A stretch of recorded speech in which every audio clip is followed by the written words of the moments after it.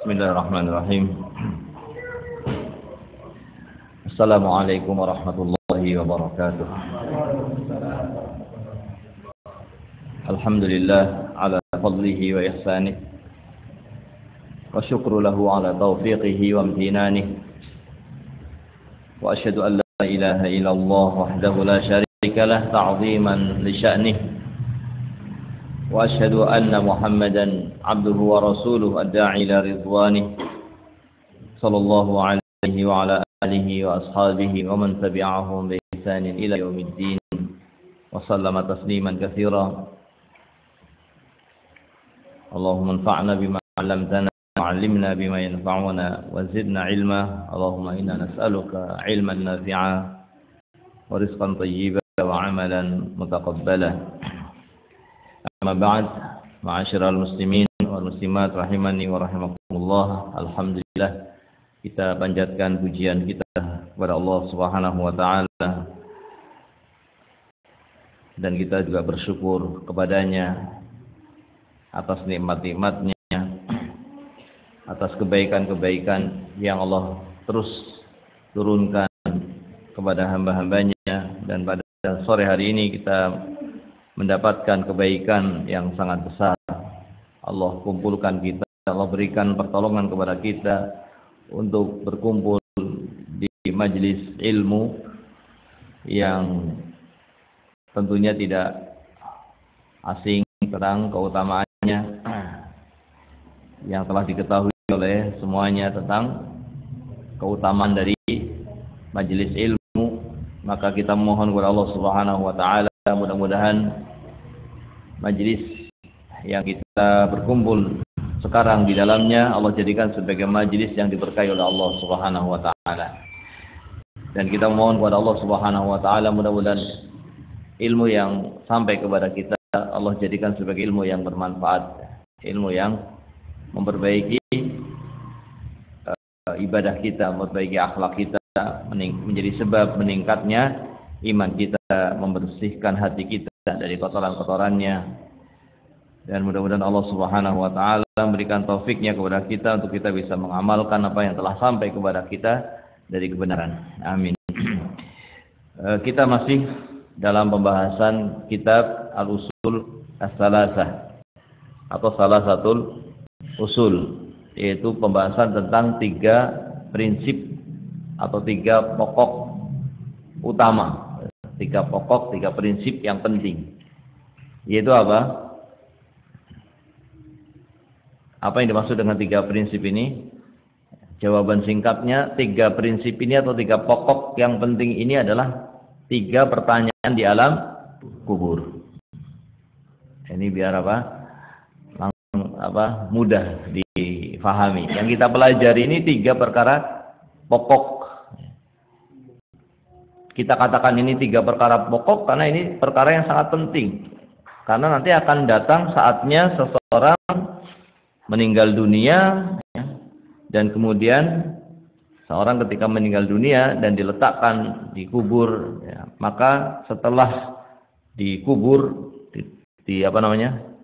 ditimbun dengan tanah, dan kemudian para pengantar sudah meninggalkan tempat, maka Allah Subhanahu wa taala akan mendatangkan kepadanya 2 malaikat, dan sebelumnya akan dikembalikan ruhnya ke jasadnya sehingga menjadi hidup kembali.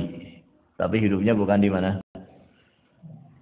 Bukan di dunia. Hidupnya di mana? Di alam barzah. Alam barzah sebagai awal alam akhirat.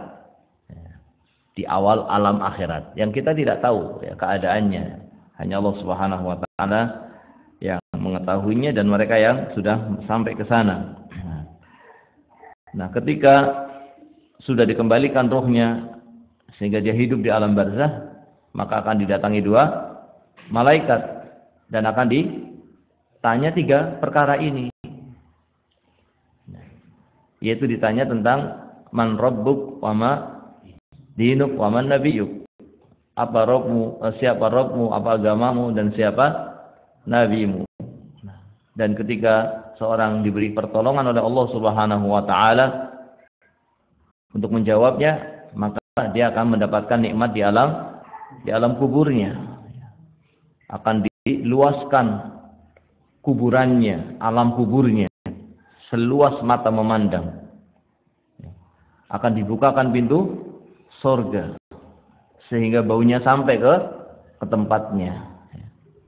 Akan diberi pakaian dari pakaian surga. Bahkan akan diperlihatkan tempatnya nanti di surga. Makanya dia berdoanya bagaimana? Ya Allah, segerakan hari kiamat. Ya Allah, segerakan hari kiamat. Karena dia sudah sangat rindu untuk mendapati tempat yang telah dia lihat, ya, di alam barzahnya, dari tempatnya nanti di surga. Ya. Maka dia pun berdoa kepada Allah Subhanahu wa taala, ya Rabb, aqimis sa'ah. Ya Rabb, ya Allah, segerakan hari kiamat. Segerakan hari kiamat. Kenapa? Karena dia akan menuju kepada keluarganya yang di surga. Menuju kepada tempat tinggalnya yang ada di surga.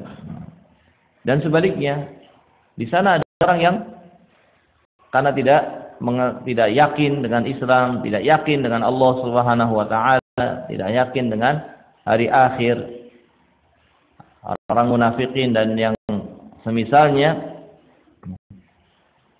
ketika ditanya dia tidak bisa menjawab. Maka apa yang didapatkan? Yang didapatkan adalah siksa kubur. Akan dihimpit di alam kuburnya sampai hancur tulang-tulangnya. Nah, dipukul dengan palu besi. Disebutkan dalam riwayat tidak kuat dipegang, tidak kuat diangkut atau diangkat oleh satu desa. Orang satu desa nggak mampu memanggulnya. Ya, akan dipukulkan kepada dia. Nah, dipukulkan dia dan dia akan teriak dengan pukulan mirzabah tadi, palu tadi disebut dengan mirzabah, palu yang besar yang ada ujung-ujungnya ada kayak ada lancipnya. Nah, dan dia akan berteriak kesakitan yang luar biasa dan semuanya mendengar kecuali manusia. Kenapa manusia tidak mendengar? Karena kalau manusia mendengar, maka manusia pun akan pingsan semuanya. Karena suara yang luar biasa. Kalau demikian keadaannya, maka kira-kira 3 perkara ini penting apa tidak? Sangat penting.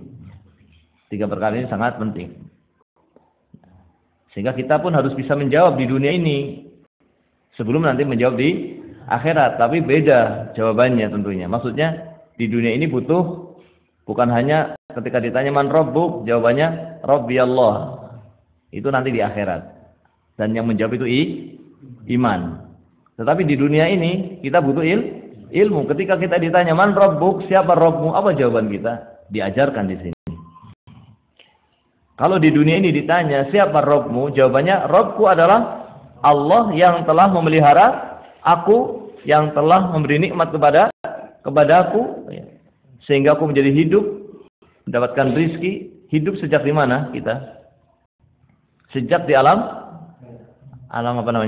kandungan. Siapa yang memberi makan kita ketika di kandungan? Allah Subhanahu wa ta'ala. Allah sudah memberi kita makan, sudah memberi kita kehidupan sejak kita di alam kandungan. Maka Allah telah memelihara kita, sehingga kita bisa hidup sampai kemudian keluar ke alam dunia. Kemudian diberi oleh Allah Subhanahu wa taala nikmat sampai kemudian kita besar, sampai kemudian berkembang. Itulah Rabb. Itu semua dari Rabb. Tapi apakah cukup seperti itu? Tidak cukup. Harus ada tambahan apa lagi? Dijelaskan di sini, Rabbku yang menciptakan aku, Rabbku yang telah memberi nikmat kepadaku, yang telah memelihara aku, maka Rabbku itulah yang aku ibadahi. Rabbku itulah yang aku ibadahi dan tidak ada yang diibadahi selainnya. Kemudian dijelaskan di sini tentang macam-macam ibadah yang harus diberikan kepada Allah, yang hanya untuk Allah saja. Jika kita mengetahui ini dan kita memahaminya, mengamalkannya, menjadikan Allah sebagai satu-satunya yang diibadahi, kemudian ibadah-ibadah kita arahkan hanya kepada Allah Subhanahu wa ta'ala saja, maka insya Allah ketika ditanya akan bisa apa? Menjawab. Kalau di akhirat pertanyaannya man rabbuk, jawabannya imannya akan jawab Rabbi Allah, sudah selesai. Tapi kalau di dunia yang nggak cukup, harus dengan ilmu penjelasan tentang Rob, siapa itu Rob, bahwa Rob itu adalah yang mencipta, memberi rizki, memberi nikmat, dan kemudian berujung pada kesimpulan Rob adalah yang diibadahi. Kemudian kita pun harus tahu macam-macam ibadah. Ya, jangan sampai ada ibadah yang kemudian diberikan kepada selain Allah Subhanahu wa ta'ala. Kita harus tahu macam-macam ibadah itu, karena jangan sampai kita tidak tahu akhirnya memberikan kepada selain Allah Subhanahu wa ta'ala. Tidak tahu misalnya kalau ruku adalah apa? Ibadah, kemudian diberikan kepada selain Allah Subhanahu wa ta'ala. Padahal di dalam Al-Quran kita diperintahkan untuk ruku. Berarti ruku adalah ibadah, karena ada perintah. Sujud apalagi. Nah, doa jelas. Karena kalau kita tidak belajar, maka barangkali kalau ditanya apa itu ibadah, jawabannya apa? Sholat, puasa, zakat, haji, sudah selesai, habis. Seakan-akan sudah itu saja. Padahal di sana ada ibadah yang namanya cinta, ada ibadah yang namanya takut, ada ibadah juga yang namanya harapan, ada ibadah yang namanya tawakal, ada ibadah yang namanya penyembelihan. Maka sangat penting untuk kita mengenal Allah Subhanahu wa ta'ala dengan pengenalan yang dibangun di atas ilmu yang kemudian kita amalkan, yang dengan itu akan menjadi sebab insyaallah ketika nanti ditanya di akhirat Allah berikan taufiknya untuk kita menjawab dengan tegas, Rabbku adalah Allah Subhanahu wa ta'ala. Kemudian juga telah kita pelajari tentang pertanyaan yang kedua, yaitu apa agamamu.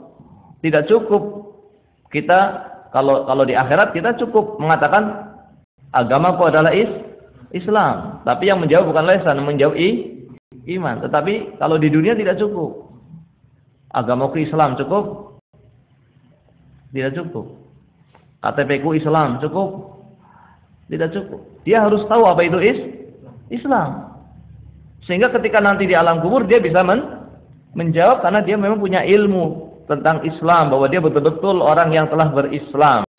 Maka dijelaskan di sini bahwa Islam itu adalah al-istislam lillah bitauhid, berserah diri kepada Allah dengan tauhid. Ini yang pertama, harus dengan tauhid. Kemudian yang kedua apa? Wal inqiyadu lahu bitta'ah, tunduk taat kepada Allah, siap menjalankan perintahnya, meninggalkan larangannya, menghalalkan apa yang dihalalkan, mengharamkan apa yang diharamkan. Ini yang kedua. Yang ketiga, wal bara'atu minasyirki, dia harus berlepas diri dari kesyirikan. Dia harus berlepas diri dari kesyirikan, dia harus membenci kesyirikan.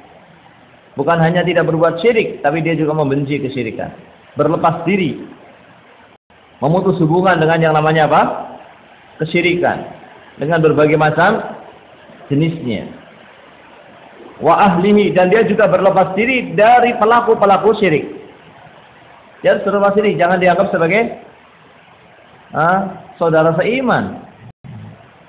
Orang-orang musyrikin apakah saudara seiman? Bukan. Teman-teman seiman? Bukan. Dia adalah musuh-musuh Allah Subhanahu wa ta'ala. Maka kita pun tidak boleh mencintainya. Tidak boleh mencintainya. Ini namanya muslim.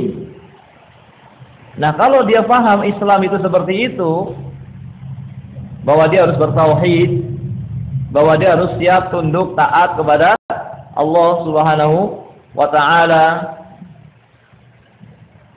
bahwa dia adalah orang yang berlepas diri dari syirik, dan dia berlepas diri dari orang-orang musyrik. Kalau dia wujudkan dalam kehidupannya, maka nanti insya Allah akan diberi pertolongan oleh Allah Subhanahu wa taala. Ketika ditanya apa agamamu, dia akan mengatakan Islam.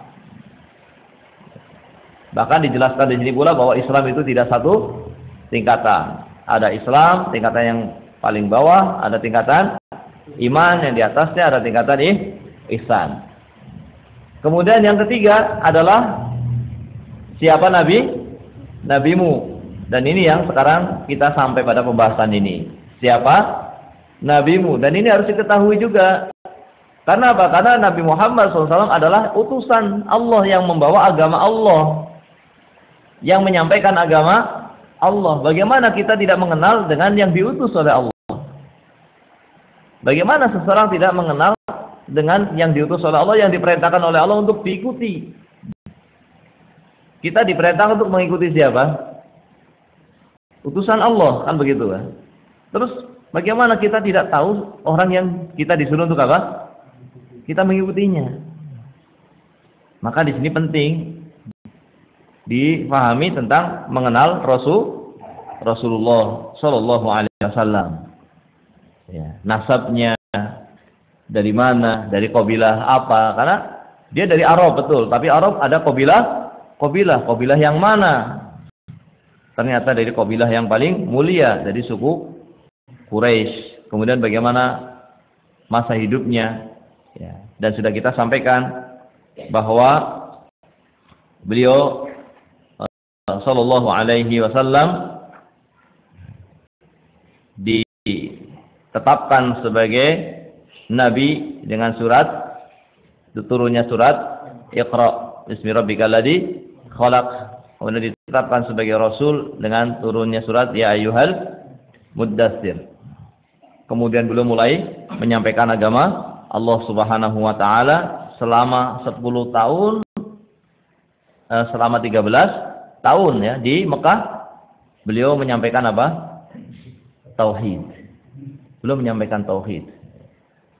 Selama 10 tahun tauhid, sampai kemudian turun pada tahun yang ke-11 setelah beliau apa? Menjadi nabi, atau tahun yang ke-12 ya. Ya, tahun yang ke-11 ya. Turunlah perintah salat. Turunlah perintah salat. Ya. Dalam peristiwa yang sangat luar biasa, yaitu peristiwa Isra Mi'raj. Selama 10 tahun tidak ada perintah yang lainnya kecuali apa? Kecuali tauhid. Kecuali tauhid. Beliau menyampaikan tauhid, menyebarkan tauhid, terus menanamkan tauhid. Nah, tidak ada perintah yang lainnya. Sampai kemudian turunlah pada tahun yang ke-11 perintah salat. Ini menunjukkan apa? Menunjukkan pentingnya tauhid. Harus betul-betul tertanam pada diri kita. Bagaimana Nabi SAW menanamkan tauhid ini kepada para sahabatnya dengan waktu yang khusus, ya, waktu yang tertentu, ya, sampai 10 tahun, sampai kemudian turun perintah salat. Di mana perintah salat turun? Di Mekah pada tahun yang ke-11 ya, atau 12 ya, sampai 13. Kemudian setelah 13 tahun di Mekah, kemudian hijrah ke Madinah ya. Dan ketika di Mekah itu salatnya itu berbeda dengan yang sekarang ini. Berbeda dengan yang sekarang ini, sampai kemudian Nabi hijrah, baru setelah hijrah salat yang dilakukan oleh Nabi seperti yang kita sekarang ini. Ketika di Mekah itu salatnya 2 rakaat. Zuhur 2 rakaat, asar 2 rakaat, isya 2 rakaat, kalau maghrib 3. Kalau subuh 2. Tapi setelah di Madinah yang dua-duanya jadi 4. Kecuali subuh. Kenapa subuh tidak jadi 4? Karena subuh disyariatkan untuk membaca yang panjang. Jadi 2 rakaat saja lebih panjang daripada isya. 2 rakaat tapi lebih panjang daripada zuhur. Tapi beda dengan kita ya. Ya, kita 2 rakaatnya pendek. Kenapa tetap 2 rakaat? Karena bacaannya panjang. Subuh itu bacaannya panjang. Sehingga ditetapkan tetap 2 rakaat, tetapi dia tidak kalah panjang dengan sholat zuhur, asar. Kalau kita lihat bacaan Nabi SAW ya, dalam sholat subuh itu kebanyakannya adalah yang disebut dengan tiwal mufassal. Tiwal mufassal itu ayatnya pendek-pendek, tapi tiwal artinya suratnya panjang. Jadi tiwal mufassal dimulai dari surat Al-Hujurat atau dimulai dari surat Qaf. Itu namanya tiwal mufassal sampai surat Amma Yatasaalun. Ini yang kurang lebih ukuran itulah yang dibaca pada sholat subuh. Kalau untuk sholat maghrib itu yang dibaca pendek-pendek. Yang dibaca itu adalah qisar mufassal. Dari mulai wadduha sampai an-nas. Kurang lebih. Seringnya. Tapi bukan berarti harus ya. Seringnya. Kemudian zuhur, asar, isya itu yang pertengahan. Awsat al-mufassal, pertengahannya. Ya. Ala kulli hal, maksudnya adalah perintah yang kedua yang paling penting setelah bertauhid adalah perintah apa? Salat. Adalah perintah salat. Tetapi sebelum salat ada yang lebih penting, yaitu apa? Tauhid. Ini harus dipahami, jangan sampai orang salat tapi nggak bertauhid. Kalau kita melihat sirahnya Nabi SAW, itu tauhid dulu. Jadi aneh kalau ada orang sholat kok tapi tidak bertauhid. Ini yang salah siapa? Barangkali yang salah ustadznya. Bagaimana orang sholat tapi tidak bertauhid, sementara Nabi SAW mengajarkan apa dulu? Tauhid. Tauhid lama. Kemudian baru sholat. Kenapa? Karena sholat ini tidak bermanfaat tanpa tauhid. Akibat ibarat bangunan, ini pondasinya. Kalau tidak ada tauhid, maka bangunan itu akan roboh. Sholatnya juga akan apa? Roboh. Sholat itu kan dikatakan imaduddin, tiang. Tiang itu dibangun di atas pondasi. Kalau tanpa pondasi, maka tiangnya juga akan roboh. Kalau roboh tiangnya, ya bangunannya semuanya akan roboh. Kemudian kalau kita melihat sirah Nabi SAW, nanti akan disebutkan di sini. Setelah itu Nabi hijrah ke Madinah, dan di situ sholat ditetapkan menjadi sholat yang tadinya 2 jadi 4, kecuali subuh dan maghrib tetap sebagaimana awalnya. Tapi ketika safar kembali kepada asalnya. Ketika safar maka disunahkan isanya berapa? 2. Duhurnya 2. Asarnya 2. Disunahkan untuk di qasar. Cuma yang penting harus dipahami, tetap berjamaah. Bukan kemudian di qasar tapi nggak berjamaah. Karena ada orang yang salah paham. Ketika di Jakarta ditanya sama temannya, kamu kenapa nggak sholat berjamaah ke masjid? Saya lagi safar. Tuh. Memang kalau safar nggak berjamaah, safar tetap berjamaah. Jadi kosornya itu dengan berjamaah. Kalau tidak mungkin kosor dengan berjamaah, ya berarti berjamaah tanpa kosor. Karena kosornya sunnah, berjamaahnya wajib. Tapi kalau kita bisa berjamaah dan bisa qasar, maka itu tentu lebih utama. Karena ketika safar diberi keringanan. Yang 4 jadi 2. Yang isya jadi 2. Yang asar jadi 2. Yang zuhur jadi 2. Nah. Baik, kemudian saya ringkaskan dulu biar gampang. Kemudian setelah hijrah ke Madinah, pada tahun yang kedua setelah hijrah, di tahun yang pertama hijrah belum ada perintah apapun kecuali yang ada di Mekah tadi, tauhid dan sholat, tauhid sholat. Ya. Kemudian pada tahun yang kedua barulah turun perintah zakat, perintah puasa. Perintah puasa juga perintah apa? Zakat. Ada yang mengatakan zakat juga sudah turun di Mekah juga. Wallahu taala alam bishawab. Ya, karena zakat memang lebih utama daripada puasa, dia di atasnya puasa. Makanya dikatakan dalam ayat itu selalu diiringkan sholat dengan zakat. Setelah itu baru puasa. Makanya harus dipahami bahwa sholat itu lebih dulu daripada puasa. Maka aneh kalau ada orang puasa tapi enggak sholat. Yang salah siapa ini? Ustadznya lagi yang salah ini. Nabi SAW mengajarkan sholat setelah bertauhid, sholat, baru kemudian turun apa? Zakat, turun puasa. Kemudian setelah 9 tahun setelah hijrah, baru turunlah haji. Maka yang lebih aneh lagi, ada orang haji tapi nggak ngerti tauhid, berbuat syirik ketika haji. Tanyakan lagi yang salah siapa lagi? Ada orang haji nggak sholat, ada apa tidak? Bahkan ketika hajinya nggak sholat. Ya, karena dia tidak belajar agama Allah Subhanahu wa Ta'ala.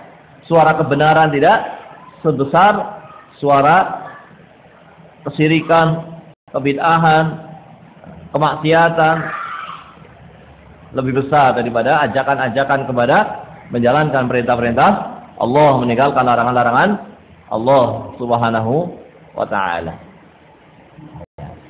Dari situlah kita tahu sirah Nabi, dari situ kita mengenal Nabi. Dengan mengenal Nabi kita pun akan semakin mengenal Islam, dan dengan mengikuti Nabi SAW, ya, maka kita akan menjadi orang yang ketika ditanya nanti siapa nabimu akan bisa menjawab dengan pertolongan Allah, nabiku adalah Nabi Muhammad SAW. Meskipun kita tidak pernah bertemu, tapi kita mengenalnya dengan sirahnya, melalui sirahnya. Yang disebutkan di dalam Al-Quran, kan sirah juga dari Al-Quran, sirah juga dari hadis, dan dari keterangan para ulama ahli sejarah. Maka dari sinilah pentingnya 3 perkara pokok ini. 3 perkara pokok. Ya, saya ringkaskan karena jangan sampai nanti sudah selesai berapa pertemuan ini kita selesai. Setelah selesai ditanya kamu ngaji apa? Enggak tahu. Berkali-kali pertemuan ngaji apa saya enggak tahu. Ngajinya apa? Ngajinya 3 perkara yang pokok, yaitu 3 pertanyaan di alam kubur yang telah kita baca alhamdulillah dengan pertolongan Allah Subhanahu wa Ta'ala sampai sekarang pada pembahasan tentang mengenal Nabi, dan sudah sebagian kita baca sampai pada kalimat, ya, setelah Isra Mi'raj, seingat saya pertemuan yang terakhir, yaitu perkataan mu'alif wa ba'daha umira bil hijrah ilal Madinah. Setelah peristiwa Isra Mi'raj, kemudian turun perintah salat, kemudian Nabi sallallahu alaihi wasallam terus mengajak kepada tauhid dan kepada ajakan kepada salat, tapi lebih banyak ditolak daripada diterima. Sampai akhirnya datang musim haji, ya, peninggalan agamanya Nabi Ibrahim masih ada. Datang orang-orang Ansor. Datang orang-orang Ansor, yaitu dari Yasrib, dari Madinah. Dulu namanya Yasrib. Dan alhamdulillah diajak kepada Islam, menerima. Dari 6 orang kurang lebih menerima, bahkan siap berbaiat di tempat dekat pelemparan haji namanya Aqobah. Maka dikenal dengan istilah baiat Aqobah, yaitu baiat siap untuk menerima Islam, membela Nabi, ya, memperjuangkan Islam. Dan mereka menerima, kenapa? Karena tentang akan datangnya Nabi mereka sudah tahu ketika di Madinah, di mana orang Yahudi selalu memamerkan dirinya, kami nanti akan memerangi kalian bersama Nabi yang akan diutus kepada kami. Sering disampaikan. Sehingga ketika menjumpai Nabi SAW, orang-orang Ansor pun mengatakan kita harus segera menerima ajakan ini sebelum didahului oleh apa? Oleh Yahudi. Maka diterimalah Islam ini, kemudian mereka pulang ke Madinah, ke Yathrib. Kemudian mereka menjalankan baiatnya tadi, mengajak kepada Islam semakin banyak. Tahun berikutnya saat saat haji datang lebih banyak lagi, dan mereka semuanya telah masuk Islam dan melakukan baiat yang berikutnya untuk membela Nabi seperti membela anak dan istrinya, seperti membela dirinya sendiri. Dan tidak ada satupun rumah-rumah di Madinah kecuali mereka semuanya menjadi kaum muslimin. Jadi lebih diterima di Madinah daripada di Mekah. Sementara di Mekah terus disakiti, disiksa dan seterusnya. Makanya dikatakan di sini wa ba'daha umira bil hijrah ila Madinah, kemudian Nabi diperintah untuk hijrah ke Madinah. Dan sebelumnya ada hijrah ke mana? Ke Habasyah. Sebelumnya ada hijrah ke Habasyah. Kenapa? Karena di Habasyah ada seorang penguasa Nasrani, tapi dia orang yang tidak berbuat zalim, orang adil, penguasa yang adil, tidak pernah berbuat zalim kepada penduduknya. Ketika para sahabat, termasuk yang pertama hijrah ke sana adalah sahabat Utsman bin Affan dengan istrinya, yaitu putrinya Nabi Muhammad sallallahu alaihi wasallam, namanya Ruqayyah. Termasuk yang hijrah ke mana? Ke Habasyah. Untuk apa mereka hijrah ke Habasyah? Untuk menampakkan agama, karena di Mekah tidak bisa menampakkan agama. Kalau menampakkan agama di Mekah akan disiksa. Maka mereka hijrah ke Habasyah. Dan kenapa yang dipilih adalah Habasyah? Padahal perjalanan waktu itu, perjalanan orang Mekah itu kemana? Ke Yaman dan ke Syam. Ya. Yang namanya perdagangan di musim panas dan musim dingin. Ya. Maka ada ayat ila fi Quraisy ila fihim rihlatas syita'i was-shaif. Itu ke Yaman sama ke Syam. Hijrahnya bukan ke Yaman dan bukan ke Syam, tapi ke mana? Ke Habasyah. Dan untuk ke Habasyah harusnya berang laut. Dan alhamdulillah waktu itu ketika mau nyabrang, saat itu juga ada kapal, sehingga bisa nyabrang ke Habasyah. Dan di antara hikmahnya, mereka tidak bisa disuruh pulang dengan mudah. Dan mungkin beda kalau di Syam, akan dipaksa dengan mudah pulang ke mana? Ke Mekah. Untuk diapakan? Disuruh pulang untuk disisa kembali.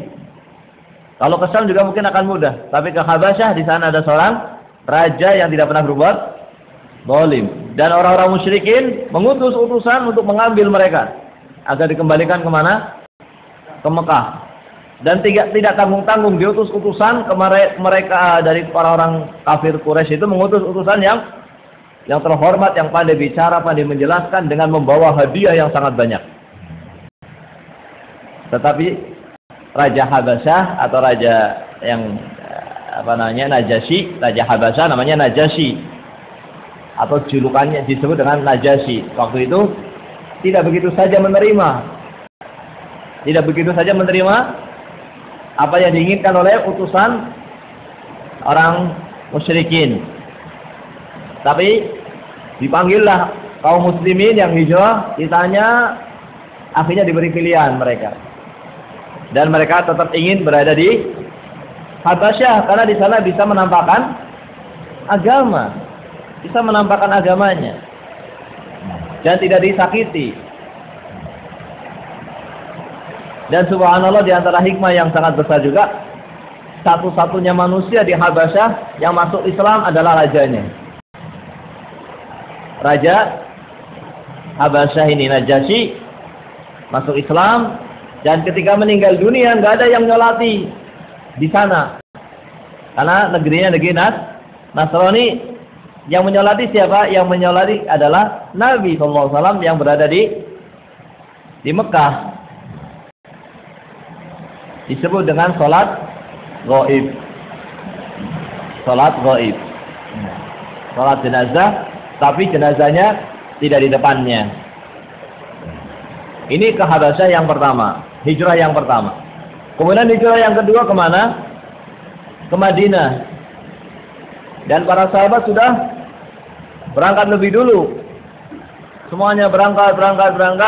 Nah, yang tertinggal diantaranya adalah tinggal 3 diantaranya, yaitu Nabi Muhammad SAW, Abu Bakar As-Siddiq, dan Ali bin Abi Thalib.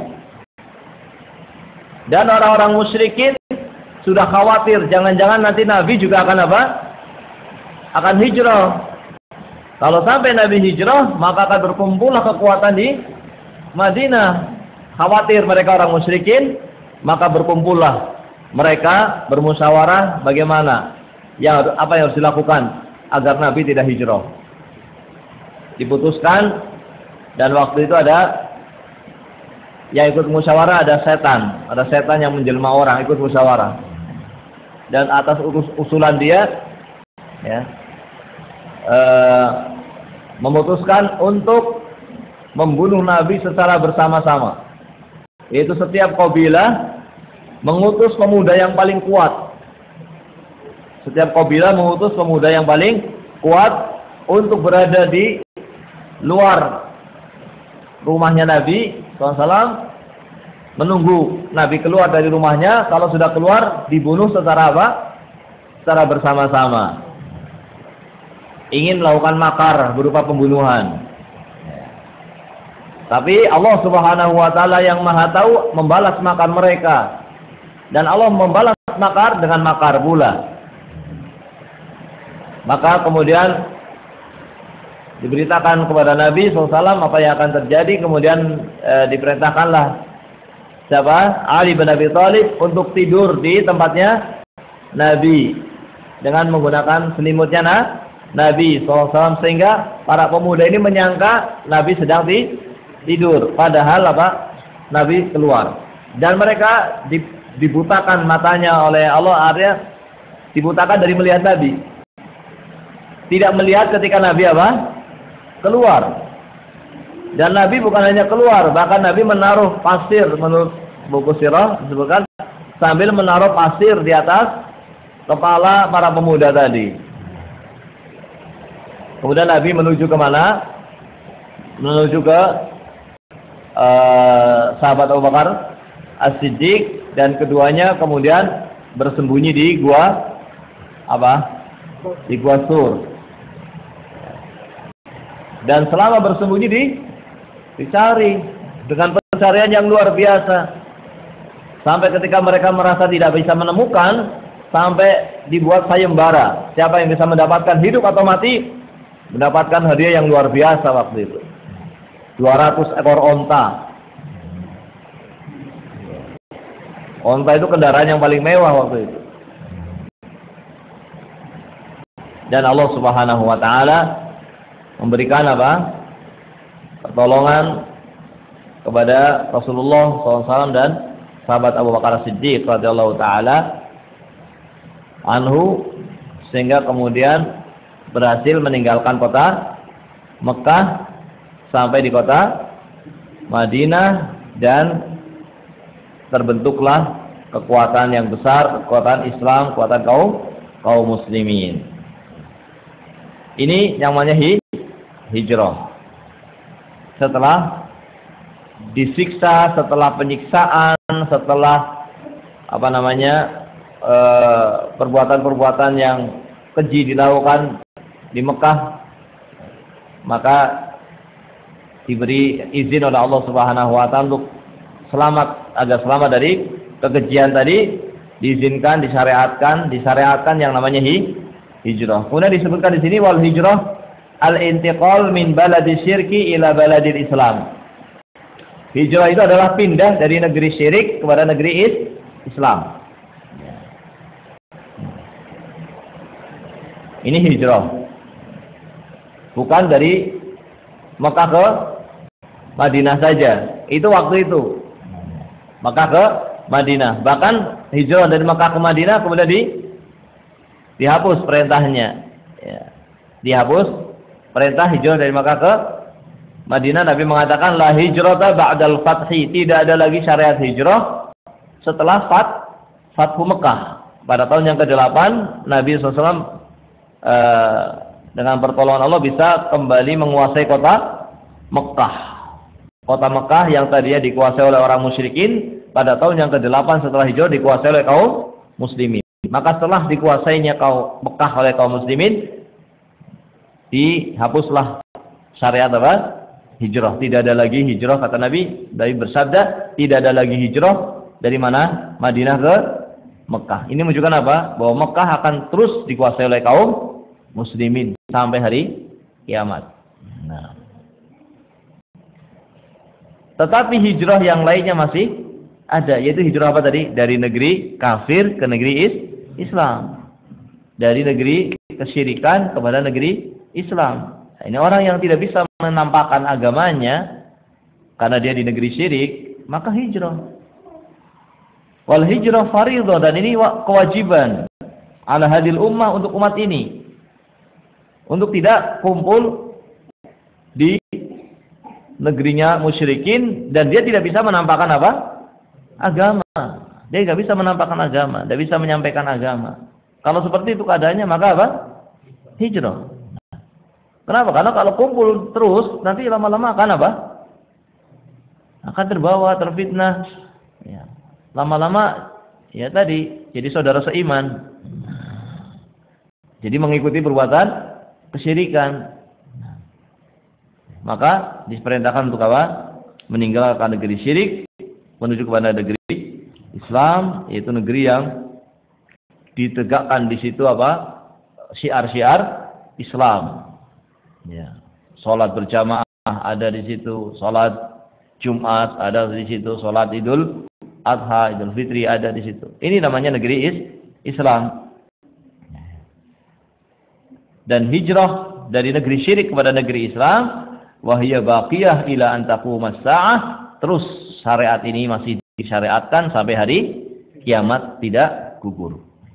Apa dalilnya tentang hijrah ini? Dalilnya dikatakan dalam surat An-Nisa ayat 97 sampai 100. Yaitu firman Allah Subhanahu wa taala, innal ladzina tawaffahumul malaikatu zalimi anfusihim qalu fima kuntum qalu kunna mustad'afina fil ard qalu alam takun ardullah wasi'ah fatuhajiru fiha faulaika ma'wahum jahannam wa sa'at masira.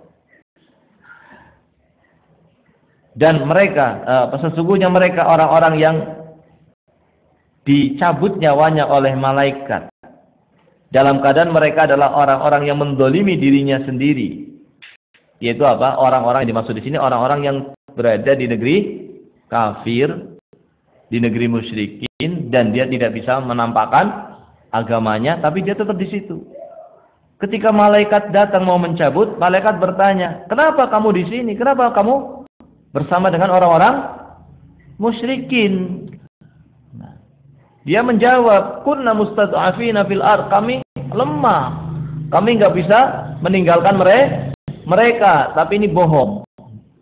Dan Allah lebih tahu. Maka malaikat pun mengatakan kepadanya, qalu alam takun ardullah wasi'ah, bukankah bumi Allah itu luas? Bukankah kamu tidak bisa menampakkan agama di sini, tapi bisa menampakkan agama di bumi yang sebelah sana? Nah. Maka apa?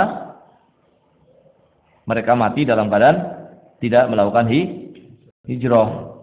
Nah, dikatakan di sini faulaika ma'wahum jahannam. Maka tempat tinggal mereka adalah jahannam. Meninggalkan sesuatu yang diwajibkan. Wasa'at masira. Illal mustad'afin. Kecuali kalau memang betul-betul lemah.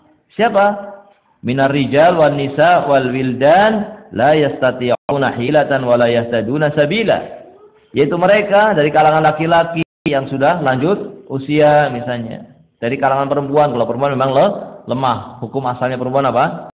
Lemah. Wal wildan, dan anak-anak kecil, la yastati'una hilah, yang tidak punya kemampuan, tidak punya dana, tidak punya biaya, ya, tidak punya kemampuan, ya. Wala yahtaduna sabila, dan tidak tahu jalan. Jalannya kemana? Nggak ngerti. Jalan menuju ke negeri Islam itu kemana? Nggak ngerti. Ya. Maka yang seperti ini yang memang punya udzur lemah, faulaika asallahu an ya'fuwa anhum, mereka dimaafkan oleh Allah Subhanahu wa taala, wa kana Allahu 'afuwan ghafura. Nah. Ya. Kemudian juga firman Allah Subhanahu wa taala dalam surah Al-Ankabut, ya ibadiyalladzina amanu inna ardi wasi'ah fa iyaya fa'budun. Wahai hamba-hambaku yang beriman, sesungguhnya bumiku luas, maka hendaknya hanya kepadakulah kalian beribadah. Kata Al-Imam Al-Baghawi rahimahullah dalam tafsirnya, sababun nuzul hadil ayat fil muslimin alladzi bi Makkah wa lam yuhajiru. Ayat ini turun teguran bagi kaum muslimin yang ada di Mekah tapi tidak mau hijrah. Tapi Allah masih memanggil dengan ya ibadiyalladzina amanu. Artinya orang yang tidak hijrah pun bukan berarti kafir. Orang yang tidak hijrah bukan berarti apa? Kafir, masih dipanggil oleh Allah dengan panggilan iman. Ya.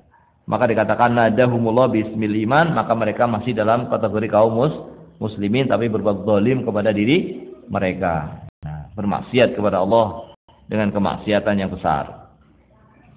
Nah, falamma istaqarra bil Madinah, maka setelah sampai di Madinah dan kemudian tinggal di Madinah, ketika Nabi sudah menetap di Madinah, yang kemudian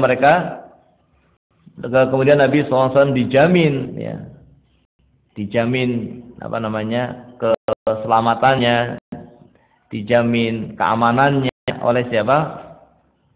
Oleh orang-orang Ansor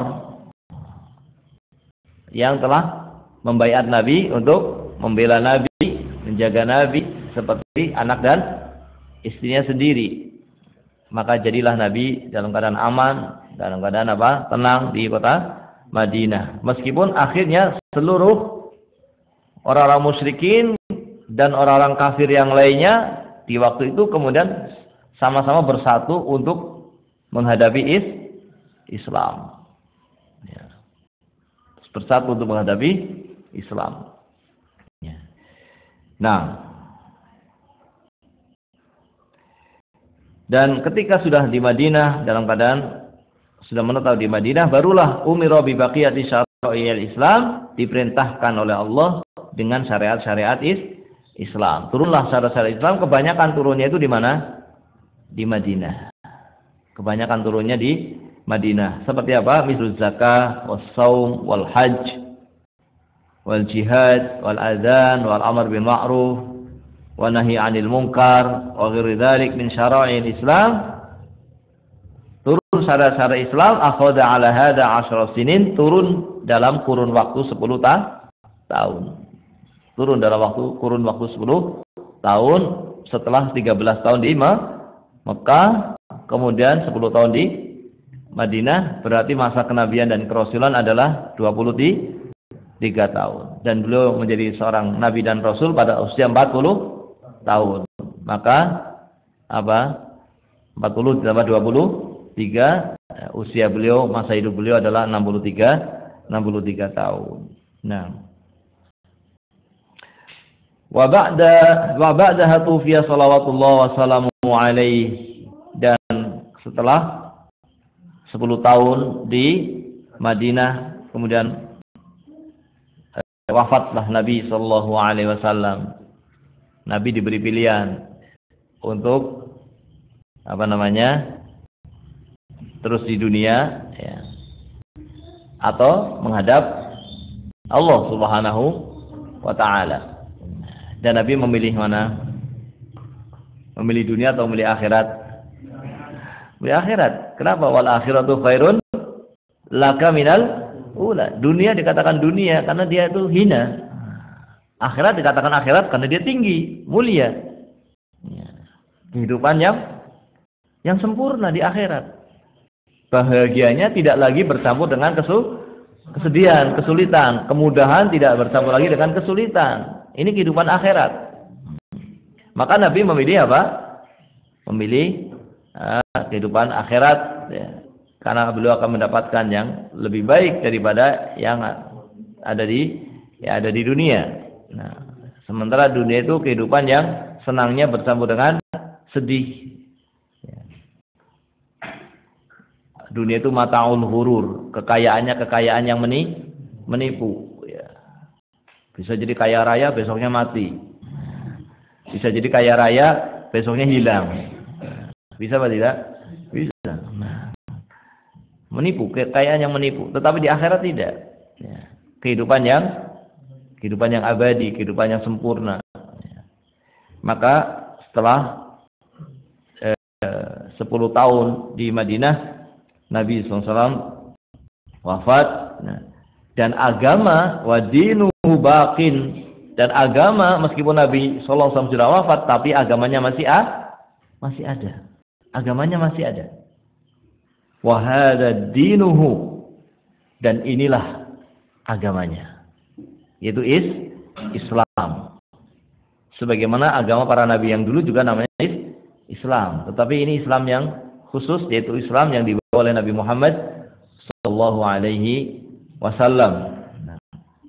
Yang agama ini la khaira illa dallal ummata alaihi, tidak ada kebaikan kecuali agama ini menunjukkan kepada kebaikan tersebut. Tidak satu kebaikan pun kecuali agama ini menunjukkannya. Itu yang baik. Ini yang baik, ini yang baik, ini yang baik. Tidak ada satu kebaikan pun kecuali agama ini mengatakan itulah yang baik. Wala syarra illa hadzaraha minhu, dan tidak ada kejelekan kecuali agama ini mengingatkannya. Tapi yang mengingatkan agamanya. Adapun kita kadang nggak ngerti karena agama kita yang kurang. Sebetulnya semua yang baik dan semua yang jelek telah dijelaskan. Agama ini telah menjelaskan ini baik, ini jelek, ini baik, ini jelek, semua telah dijelaskan. Semuanya yang baik dan yang jelek telah dijelaskan oleh agama ini. Jadi agama ini mengatur dan mengatur semuanya dan menjelaskan semuanya. Hanya saja ketika kita tidak tahu tentang sesuatu ini baik atau jelek, ini halal atau haram, kan ada ya. Itu bukan karena agama ini yang tidak menjelaskan, tetapi karena ilmu kita yang belum sampai. Padahal sebetulnya semuanya telah dijelaskan.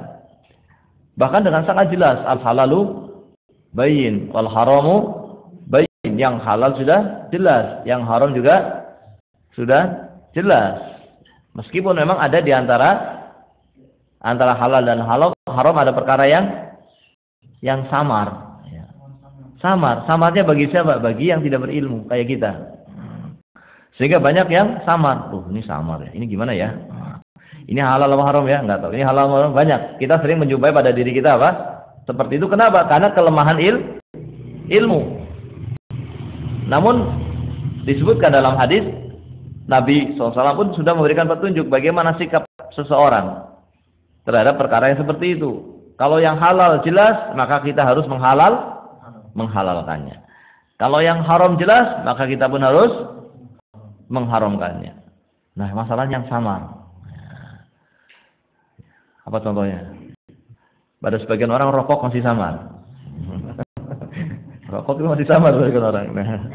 Nah, gimana ini? Tapi alhamdulillah bagi yang sudah berilmu, yakin. Oh, ini berbahaya, ini membunuh, ini tidak ada manfaatnya, ini kerusakan. Ya. Maka akhirnya dia bisa dengan penjelasan para ulama, dengan disebutkan hujah-hujahnya, maka semakin jelas. Oh, ternyata ini menjadi sesuatu yang haram yang jelas. Tapi ketika kita tidak tahu, maka menjadi sesuatu yang sama. Nah, kewajiban kita apa? Dalam kewajibannya, dalam perkara yang sama, kewajiban kita ya jangan menghalalkannya, jangan pula mengharamkannya. Tetapi kita berhati-hati. Berhati-hati untuk tidak kemudian terjatuh kepada menghalalkannya dan tidak terjatuh kepada mengharamkannya. Terus apa yang kita lakukan? Terus bertanya kepada para ulama. Fas'alu ahla dzikri in kuntum la ta'lam. Karena untuk mengetahui halal dan haram yang tidak ada nasnya. Ini kan enggak ada nasnya, enggak ada nas yang mengatakan ini haram, enggak ada mungkin. Tetapi para ulama bisa menghukumi dengan apa? Dengan ilmu yang ada pada mereka, ada alat yang mereka miliki dari ilmu agama sehingga bisa mengistimbat hukum. Ini dilakukan oleh mereka yang dikatakan para mujtahid. Ya, kalau kita tingkatannya sekarang ya bertanya. Bertanya kepada ulama, kalau ulama boleh mengatakan ya, ya sudah. Maka itu sudah jadi pegangan. Loh, cuma iya saja? Iya. Sudah tanya, karena perintahnya fas'alu ahla zikri in kuntum la ta'lamun. Ya. Tapi yang penting jangan sampai kemudian kita seperti orang yang tahu padahal belum tahu. Yang samar harus tetap samar. Jangan kita katakan haram, jangan kita katakan apa? Halal. Ya.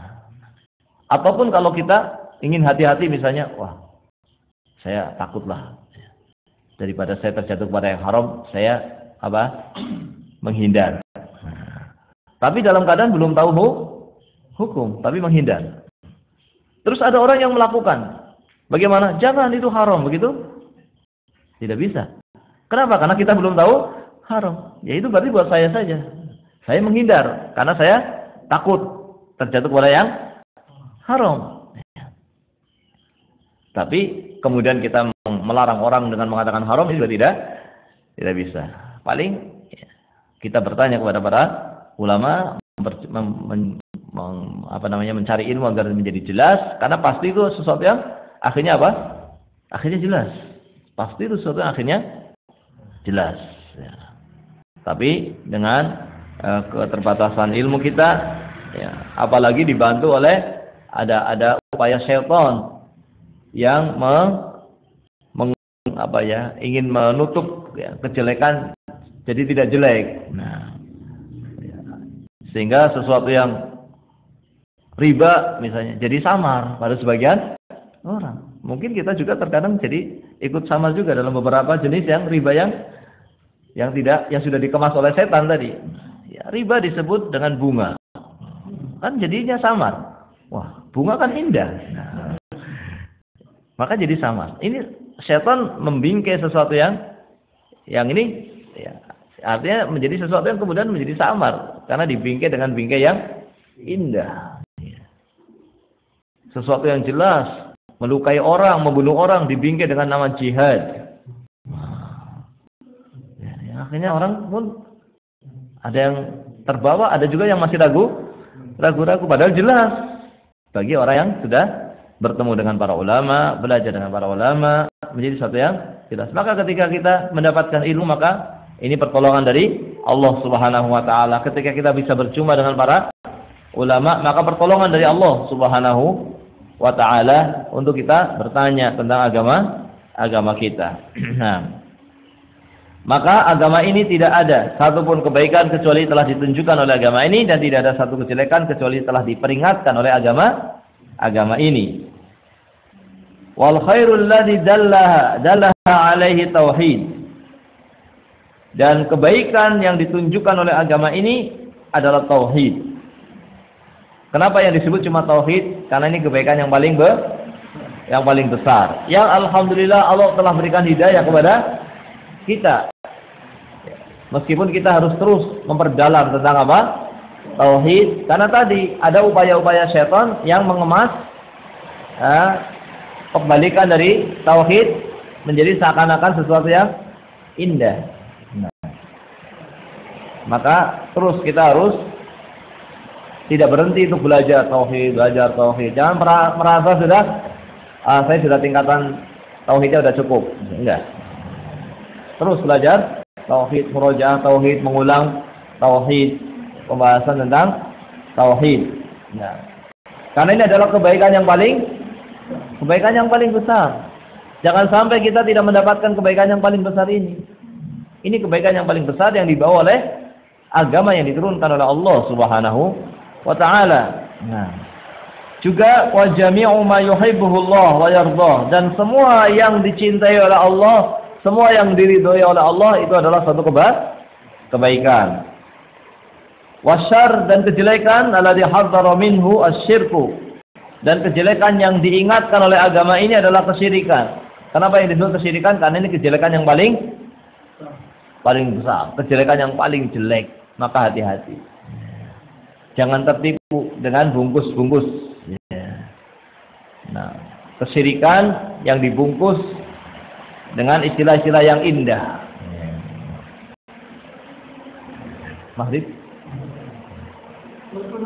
Setelah datang waktu maghrib, Ya, insyaallah kita lanjutkan setelah salat maghrib insyaallah apa yang kita pelajari pada hari ini. Wallahu taala a'lam bishawab. Wassallallahu wasallam ala nabiyina Muhammad wa ala alihi washabihi ajma'in.